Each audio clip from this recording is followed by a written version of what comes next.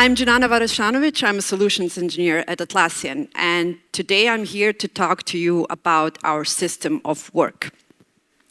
We want our teams to work effectively together.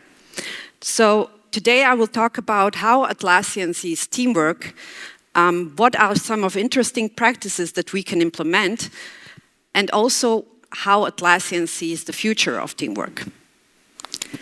So most of you know us as the Jira company, but we've come a long way from this issue tracker company to a teamwork company. Our mission is to unleash the potential of every team. So why do we need a system of work? Why increase the effectiveness of teams? We recently done a survey with a lot of enterprise customers, and we found out that 43% of them think that they have a low productivity and have a challenge with it on the team level. So usually don't even know how to measure this productivity, let alone improve it. The second thing that we found is that 41% have issues tracking their goals tracking the progress of their goals. Usually the goals are set on leadership level, and they don't have the insight actually on how these projects are executed on the levels below. And 37% complain that they have issue with stakeholder management. So, how do we tackle these? With a system of work which combines great software with great practices. So, coming from a company which produces software is important and we all know it, we all use it. The better the software, the better we can work. However, practices always need to be in the lead. So, under a system of work, we understand teams that are autonomous, connected, and aligned. Autonomous in a sense that they can move fast forward, that they can make decisions on their own. Connected means that although autonomous, they still need to work together. And in order to not have complete chaos, all the teams running around and doing their own thing, we need the teams to be aligned. So let's take a closer look. So again, why do we want our teams to be autonomous? It has proven that autonomous teams have less dependencies and hence more speed. If you don't have to wait on certain tasks outside of your teams or some kind of approvals of people outside of your team, you can do your work faster. At the same time, it has proven that with autonomous teams, you get more ownership and a motivated worker. And what's better than a motivated worker, right? So, as individuals, each team is also different. So each team has their own challenges, and we need to remove the friction from those teams in order to make them as autonomous as possible. Maybe you will recognize some of these things in your own teams, like we need more retrospectives, do I message or email, what are my exact roles and responsibilities in this team?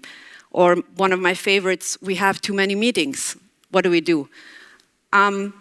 We need to enable the teams to be autonomous and to let them measure themselves, discuss the measurements and the outcomes of those measurements inside of the team, and then improve themselves. So we've been talking about the great tools that you're using to do your teamwork, but what about the practices? This is why Atlassian created a team playbook. One of our internal teams took it upon themselves, and for 2 years they collected different team exercises revolving around the most challenging, biggest and interesting challenges that every team has. Some of those plays are Atlassian originals, and the rest of them are borrowed from the experts inside of this field and just maybe a little bit aligned to our needs. So whether you use a health monitor play in order to assess your team health, or maybe define a decision-making framework with the DAISY metrics. Practices are important, and they help make your team more autonomous. So now to the connected teams. How do we actually connect teams? And what better way to do that than with Confluence, right? And Confluence, we have kind of an approach at Atlassian. If it's not in Confluence, it did not happen. And we work in a distributed way, meaning we have a policy, work from anywhere. I personally work out of Munich from my home because we don't have an office there. So it is crucial for us Atlassians to have one knowledge base, one source of truth to get all the information we need. And for a lot of our customers, Confluence is really the hub. And if I want to find information about any team, I can find who they are, what they're currently working on, what is their roadmap, what processes they have, without disrupting their daily work and setting up unnecessary meetings, coming back to one of those challenges. But having all this information doesn't actually build relationship or collaboration between the work itself. But in order to succeed, my team needs other teams, because work is not done in silos. It's done across the organization. And by now, you've seen Atlassian tools, maybe some other vendors as well, who foster this collaboration between the product themselves, which is good. But again, is it enough? We need to foster the collaboration as a practice. Coming to the practices again, we have an exercise called Network of Teams. You can even see below the actual exercise that we've run in Atlassian. So these are all the practices that we as well use in our organization.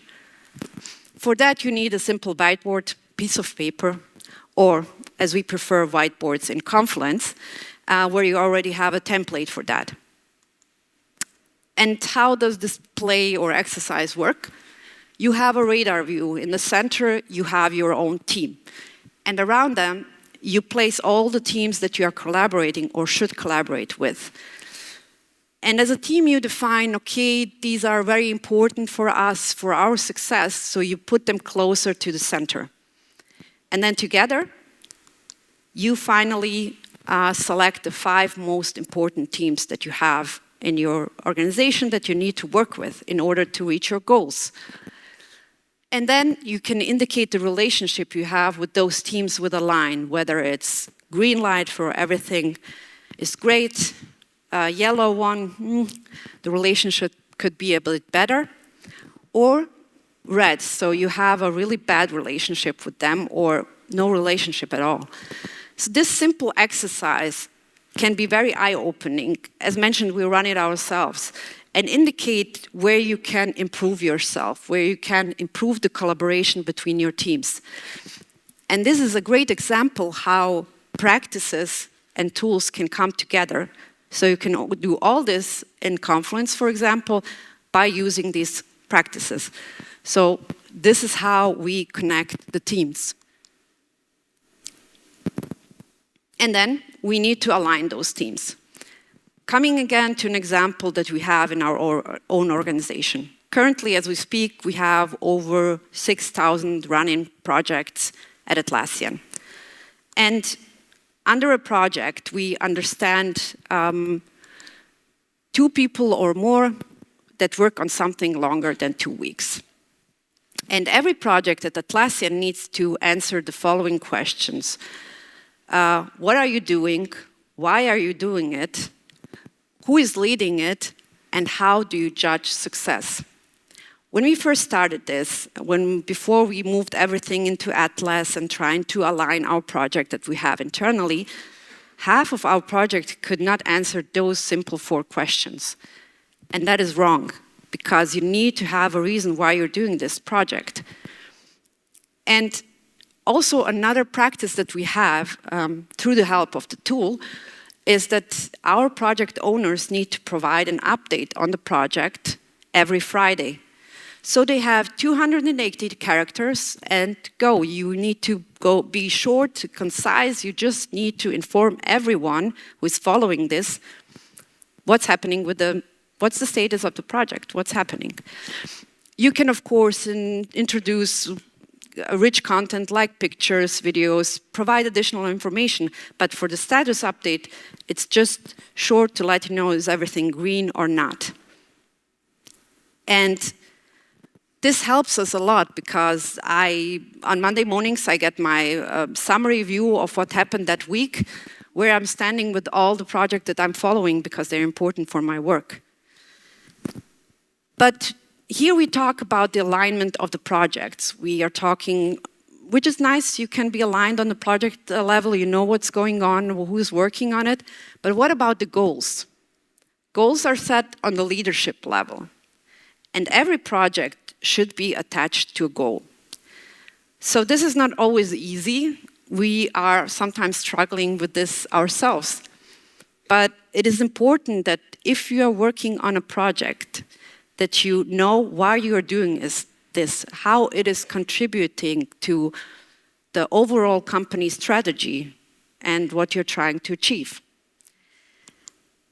And one way to, let's say, communicate the goals, the strategy, or align on the leadership level are those kind of town halls or all-hands meeting. I believe we all have them. And this is where the companies communicated what are we doing, what is our strategy. But one thing that we've introduced during COVID was founder update blog. On the previous case, we had an engagement of 60%. But with this blog, which is a simple Confluence page, where you have video recording embedded in the page from one of our two founders. And in 5 to 10 minutes, they explain to us where are we now, where are we going, and communicating how are we processing on our set of goals. And this is really simple, and we get an engagement of 90% in those blogs. Because it's short, you are aligned, you know what you're doing, you know why you are doing it. And you can, of course, research more, find more information. But this short video shares the state of Atlassian in that moment, and this is enough for us. So this is how one of the ways that we've seen through practices how you can align on the goals through the leadership level.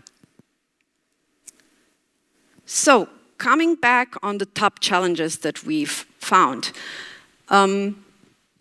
We talked about now of the system of work and how that can help tackle these challenges. But we have some additional help because we're not alone. We have Atlassian Intelligence. So, I sometimes get the feeling, I don't know if this is the case with you as well, that I get AI stuffed down my throat everywhere where I go, like AI here, AI there, and it can be a lot. But there are certain core beliefs when it comes to AI. And the core belief by Atlassian is that AI will accelerate individual productivity to make teams more proactive and adaptive. What does this mean? In translation, we all have to do more with less. Every year it's the same thing or it's even worse. You are expected to create more code, you are expected to handle more customers, do more meetings and everything more. It is impossible for a human being to grow at such pace. So we believe that the AI will build the gap in order to kind of help the knowledge worker and accelerate their ways of working and the impact they have and the quality of their work. So one of the examples, I will show a few of them, how Atlassian Intelligence does this on the platform. And now, Confluence Search. Yeah, the beloved Confluence Search. We now have, in Confluence Cloud, the QA search enabled, meaning that you can, in natural language, ask a simple question about the information you are seeking and get an answer from the AI, which summarizes the information found in Confluence itself. These are actionable insights, so you can move on from this QA search further on. It is also linking the actual pages where it gets their information from. Another interesting thing that we've introduced, with Cloud Confluence, we got automations. So you're now able to use building blocks in Confluence in order to build your own automation. But now with AI, you have the ability to write down, again, in a normal language, natural language, what you want the automation to do. And hopefully, with a click of a button, you will get what you're asking for. So it should generate an automation rule, which you can later on edit, of course. For all the Jira fans out there, we have the issue summary in Jira comments. So basically, we've introduced this already to Jira Service Management, and you have the summary option in Confluence as well. But we know how lengthy these comments can get in certain issues and tasks in Jira. So with this way, you can just catch up on everything, what is happening, to know the next steps. Again, for Jira, if you're not a fan of JQL, which I am not, you can just use natural language and generate and basically AI translates it for you into JQL, and you get the list of tasks, issues, or things that you want shown.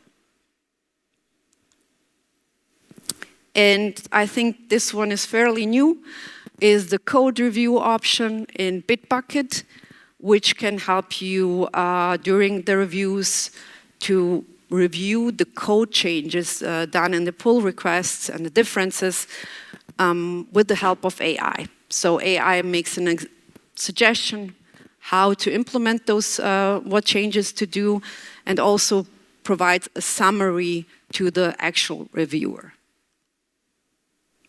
So these things are all nice on an individual level. So it can speed up my work, I can do my work faster. But with AI, teams will achieve great things by collaborating with virtual teammates. So for the future, Atlassian sees AI as kind of an AI who is specialized and skilled in certain topics. So the AI, for example, for project management will be skilled and help the knowledge worker break down the project into tasks and define delivery dates, for example. So we will have specialized AIs for certain topics. We kind of started that journey with our virtual agent that we have available in Jira Service Management, which creates this kind of automated support interaction in order to relieve the actual human agent from all the work so that they can do something else. And here in this example, Jane is asking for access in an office overseas, and the virtual agent recognizes the intent, but they want to know more information, like where are you going exactly? Jane is going to London, which is the information she provides, and in the end, the virtual agent can provide the access and give more information on the trip. So we talked about the core beliefs on individual and team level, but what about the organization? AI will finally realize the value of big data. So basically, AI has access to the whole content and resources of the full spectrum of an organization's content and resources. And with that, it can provide additional insights, whether it's some kind of forecast of the potential challenges based on historical data, or, for example, forecast the market trends. So we see this in the future. For now, we started this approach with Atlassian Analytics, giving you a deep dive across the platform and insight what is happening whether it's on individual, team, or organizational level. Where AI can help here and improve the work is for now that you can translate, again, natural language into SQL. We have to keep in mind that a lot of business teams are not maybe familiar with SQL, but need custom reports. This way, it can help them generate what they want and what they need. So those are the three core beliefs. But essentially, it boils down to this, that AI, or Atlassian intelligence in this case, is built into the platform itself. So you can expect, maybe some of you are happy, maybe not really, in every step in the platform, in every solution. So you will see AI in every cloud solution of Atlassian. And the way we see actually the future of conversational AI is that the AI will empower and have some kind of personalized communication based on the insight and knowledge of a particular job it needs to do. As you can see, a virtual agent for QA will help with the testing. Some of them will help with the product management and so on. And what's more, teams will be working together and AI will work alongside them. So, in conclusion, we are actually the system of work from the beginning. We are mentioned on the beginning, we are building a system of work for all teams, meaning virtual and human, with great software and great practices. Thank you, everyone. Looking forward to maybe hear your challenges around this topic and see how Atlassian can unleash the potential of your teams.